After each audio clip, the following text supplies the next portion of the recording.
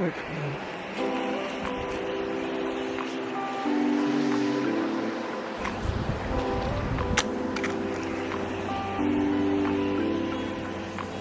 I think for La Familia, we're extremely lucky to have one of the co-founders be a person such as Dr. Roberto Vargas. If you look at the concepts and a lot of the work that he laid down, it was really based upon community health. And with those concepts that he built, again, back in the 60s and 70s and so on, that's part of the reason that La Familia exists.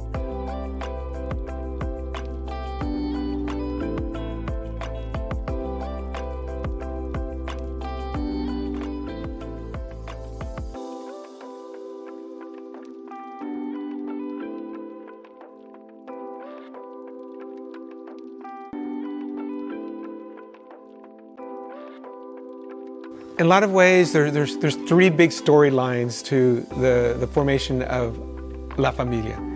There's a whole story of the Chicano movement and how young people made a commitment to develop those agencies, organizations that our community needed.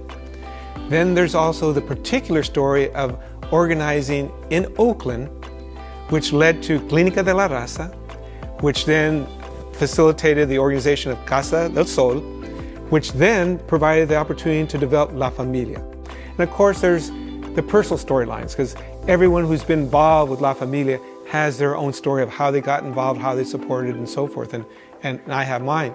In a lot of ways, Familia, the organization, is an organization where we're about lifting the well-being of families, lifting their well-being by creating healthy community that nurtures healthy family, by strengthening families, which nurtures healthy community.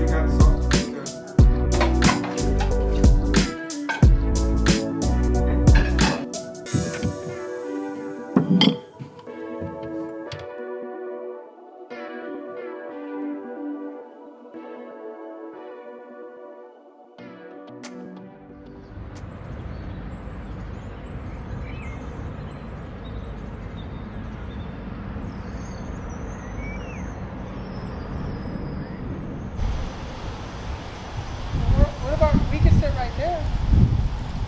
Okay.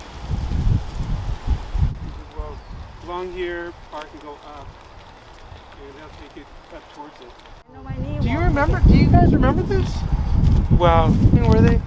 we'll see where we were at. It was up there higher, so we didn't come down here. Okay, got it. So I got the CO status, did my homework, and realized that I could propose an alternative service, which what came up for me was to organize a Chicano counseling center, because there was none. There weren't any. And already I was studying at Long Beach State College. I was the evening receptionist at the counseling center. Wow. And I saw all these white folks come in and, hey, looking all depressed, go to counselor, and they'd leave just kind of just more up, more positive. Yes. And I said, you know what, that's what I want for our folks. I'd like our community to be able to go to a place where they can get counseling services like that. When you think of Dr. Roberto Vargas, who again was one of the key co-founders of La Familia, this is part of the work and the foundation that he laid down. It's easy for someone that has access to care, that has access to a great education, and looking at things through a social determinants of health or other areas. When you have everything, you live in a zip code that is, you know, privileged, if you will, or has access to everything, you're fine. But when you come from a community that doesn't have all those resources, you have nothing else to do but to advocate to get those resources. The very beginnings of La Familia, we extended our idea of Centro de Salud Mental, which was the mental health center for La Clínica de la Raza. And I was executive director of La Clínica de la Raza. And I had recruited 2 students who were at the University of California School of Social Welfare, and that was Roberto Vargas and Juan Soto. Out of working with them, we started the Centro de Salud Mental. And out of the Centro de Salud Mental, then Roberto and I working together, he started doing work because people were coming from Hayward. And he said, well, they're not getting served, so what can we do to get that area served? And he was on the ground talking to people. And he said, well, let's start something there. And La Familia Counseling Center became the idea that was shared.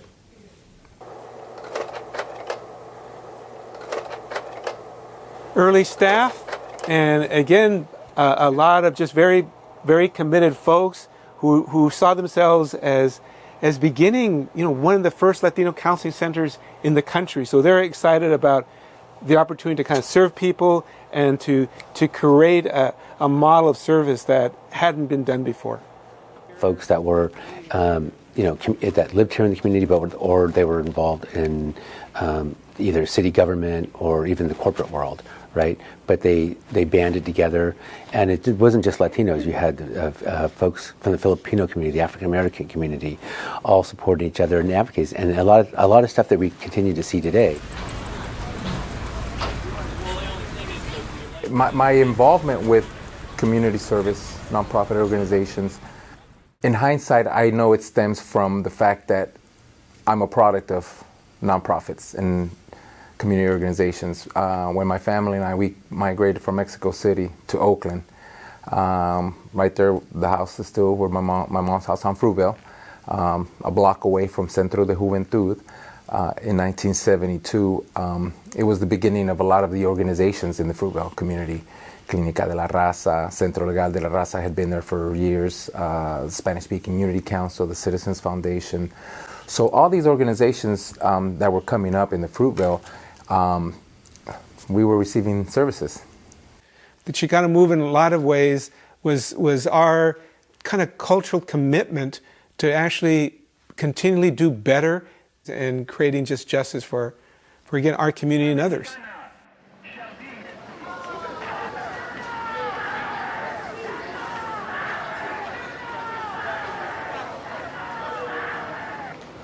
I'd often go up to the hills in Oakland Hills.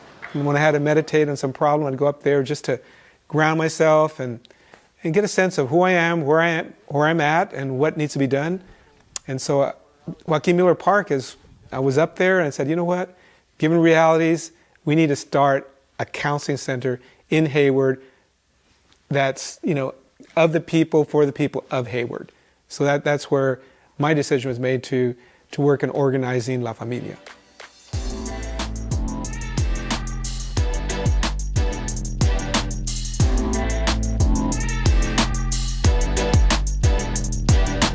So I was born and raised up until I was like 12 here in Hayward.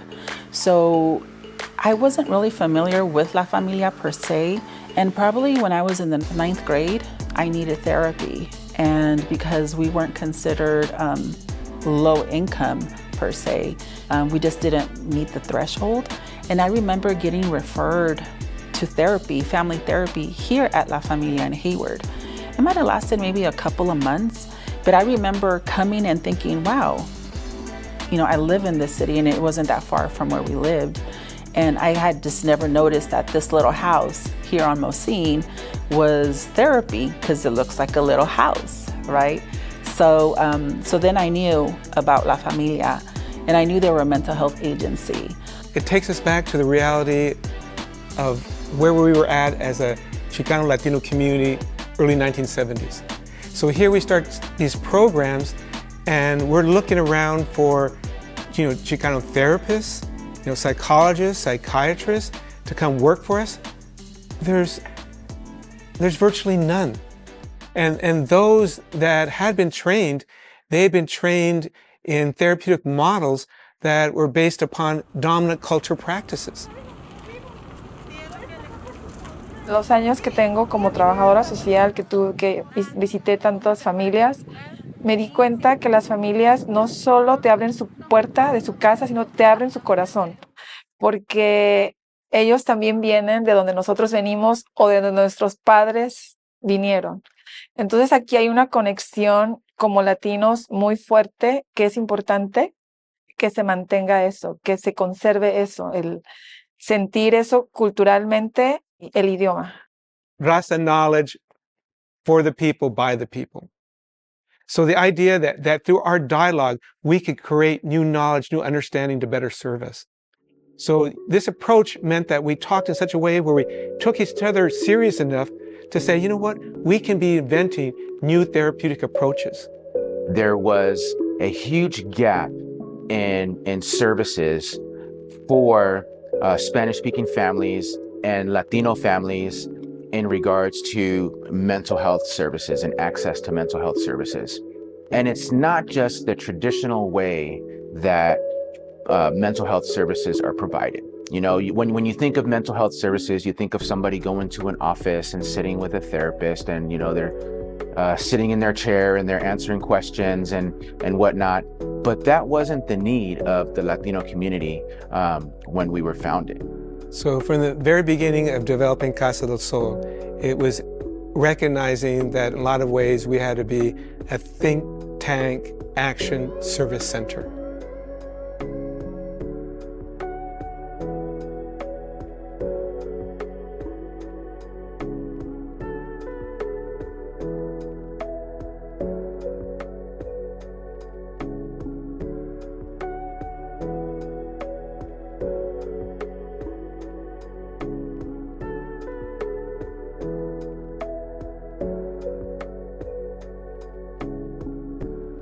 We had to really mindfully think about how to best serve our community. You know, what methodologies do we use?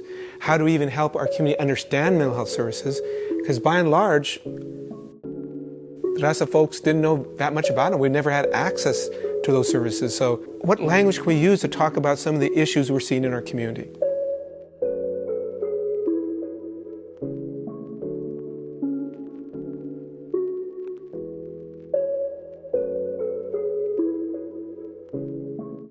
Around that time, we were also struggling to end the war in Vietnam. So I was a peace activist. I was also what you call a conscientious objector. You know, I was opposed to the violence of taking people's lives away. Because it was the height of the civil rights movement, the Vietnam War was raging at the time, and communities of color were disproportionately affected by the draft.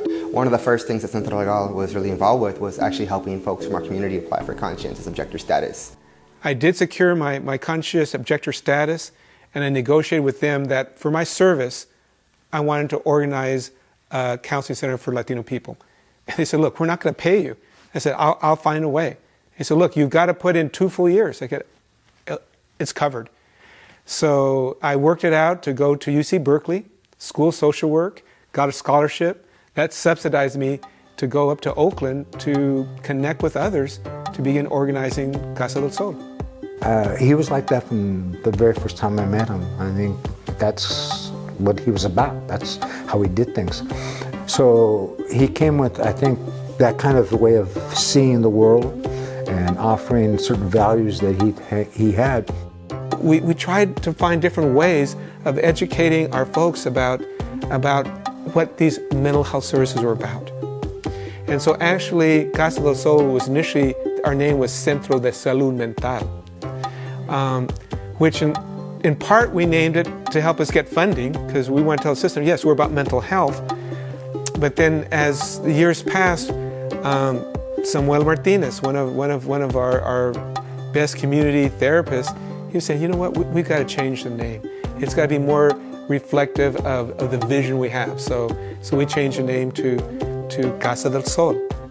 You know, it was just, everything just fit. And it was just right. And so Other than explain the basic outlines of what we were doing and where we'd like to go, he knew how to put it together. He would find ways to do things.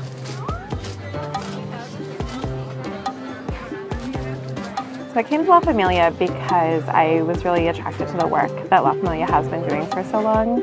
At the time, a lot of the work was in the mental health space. La Familia hadn't even started STD treatment services at this point, so it was one of the first big expansions. It was the merger with East Bay Community Services. And so what we were doing is we were starting to integrate youth workforce. And youth workforce is one of those things that kind of lights me up.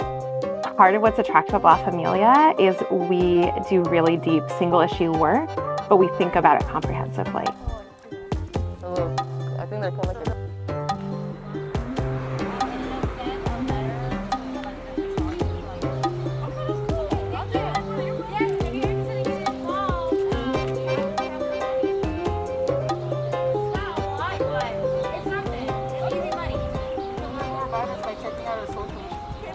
¿Ese sí? Oh, nomás acá afuera. ¿Con qué frecuencia, diría? ¿Seguido? I lead my team and our work with social justice because that's what we're trying to achieve at the end of the day. You know, we're one of the very small departments in La Familia that does like really grassroots community organizing, where we're out there, we're collecting data, we're hearing stories. And so we are doing all of this really grassroots organizing, hearing people to achieve social justice for their situation, like trying to break down barriers so there is liberation, so there's no sort of barrier that is causing inequity in their life. And you know, we can't do it for everything, but we can identify one thing and say, hey, we can actually really help you on this. And so specifically our work is around a lot of policy change, a lot of structural change. So at the end of the day, you know, there is a system in place that says, you know, it's designed to protect people. That's what the system is.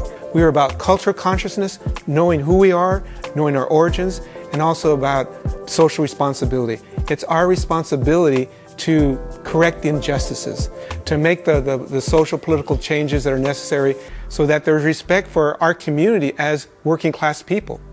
That's the space that we work in.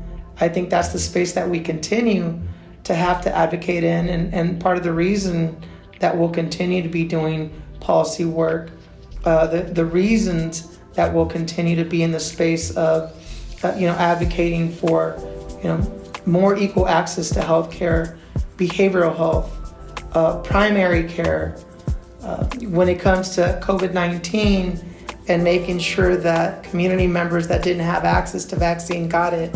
That's why we did it. So for us, it will continue to be part of the natural space that we're in because the need is there. I mean, when something isn't fair, it just isn't fair.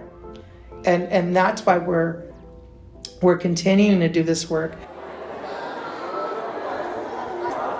So belonging, I think, is so important because I believe everybody deserves a sense of belonging. And when I hear about cases that we have or clients that don't necessarily have that in their lives, it really impacts me because I think people deserve that sense that they can belong wherever they want to and have an impact in that part of the world. Whether it's the reentry population or whether it's working with people with developmental disabilities. We're a delegate of the regional center and we've had that relationship there for 40 plus years. I've just watched programs grow and more services get implemented. And just by talking with people, it's not just La Familia, but it's all of us working together to create better neighborhoods, better access, more acceptance and diversity.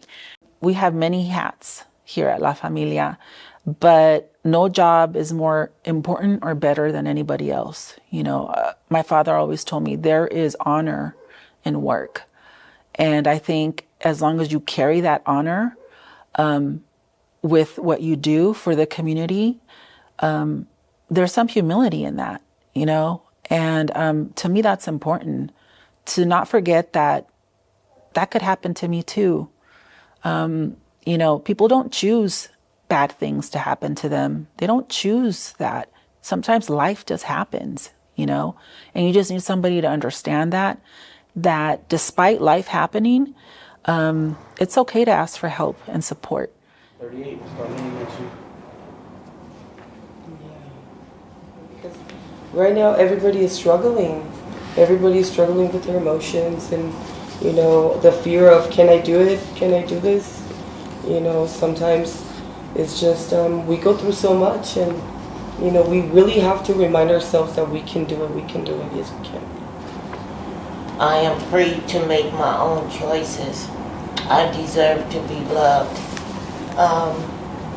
The most part of my childhood life and some of my adult life, I was being molded for what other people wanted me to be, and I kept myself enclosed in that box. So I like that I am enough. Yeah. It took me a long time to get connected to the right help.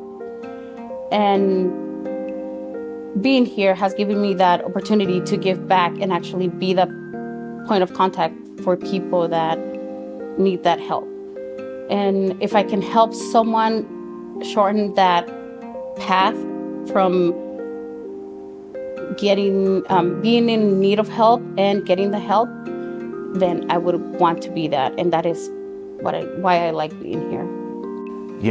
If we're going to be intentional about hiring people with lived experience, we have to be intentional about supporting their success. Who better than somebody who is system impacted than to understand what the real, true needs are for this population? We need to expand our own understanding of how to create human well-being. So it's not just working with families to heal or to fix, but also to help them connect with their spirit, their soul, and their ability to feel, to care for each other, express love and support, and lift each other up. The idea that we're going to continue to get better and more impactful every day. And we think about that through a couple of different lenses. It's the work with individuals who are already being served by La Familia, making sure that they feel belonging, which is one of our values, making sure that they're getting the highest quality services, whatever department they're currently involved in. But the other thing is we know that there are folks who are not currently involved in La Familia services that could benefit from the advocacy and from the support and the tools here in the Bay Area, but also in surrounding counties.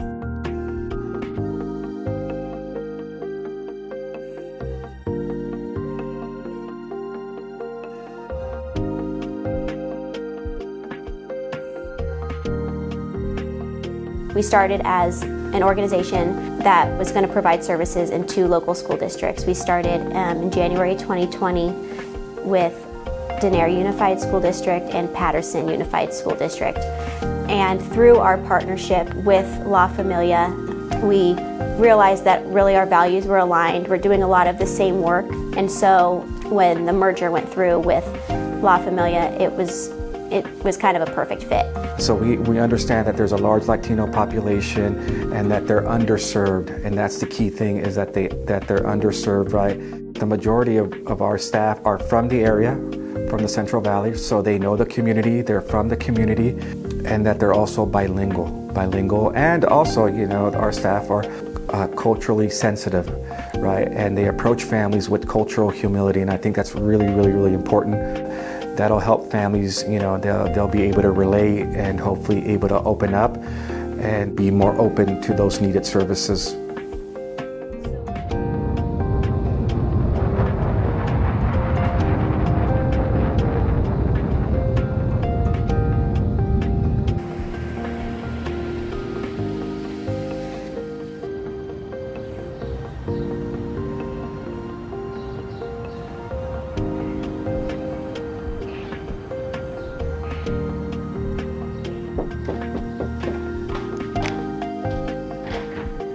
Hey, hello, man. Come on in. Been waiting for you. Great to see you, man. Hey, come on in. Thank you. This is where we're going to be doing it. I strongly believe that we continue to grow into the legacy that Dr. Vargas started all those years ago. We continue to think to ourselves, what's going on? How do we jump in? How do we make an impact? This idea that all of the services should be culturally responsive, should be the thing that our brothers or sisters would need if they were in this situation, that's something we continue to live. And we credit Dr. Vargas for that. La Familia is thriving. It's a thriving institution, and I'm very proud to say that. And I'm glad that I'm a part of that. I'm living part of that excitement, but it's not as revolutionary as it was when Roberto and Joel were doing it. Because that changed, I think, just the society. So now because of that, we're able to build on those fruits and just do more and spread out more. So, and we have, like Familia has, we've definitely spread out more. I think that Dr. Roberto, where he sees La Familia is, I believe, exactly where it's going. So Roberto, what do you think about La Familia and where do you want to see it go in the future? Familia, given my work and my path, I wound up leaving in about 1980, so I haven't been able to experience all its evolutions. But I'm just proud of all of what I do know. And just proud of the commitment of their staff to continue growing, learning, and doing service, and doing the uplifting of familia, the uplifting of justice, of multicultural respect. Because I think that's important. La Familia has expanded to say, look, you know what? We serve Latino folks, but we're about caring for all people. We're definitely caring for working class people and enabling them to also, pull together resources to have healthy families, healthy lives, and better ourselves for now and for later.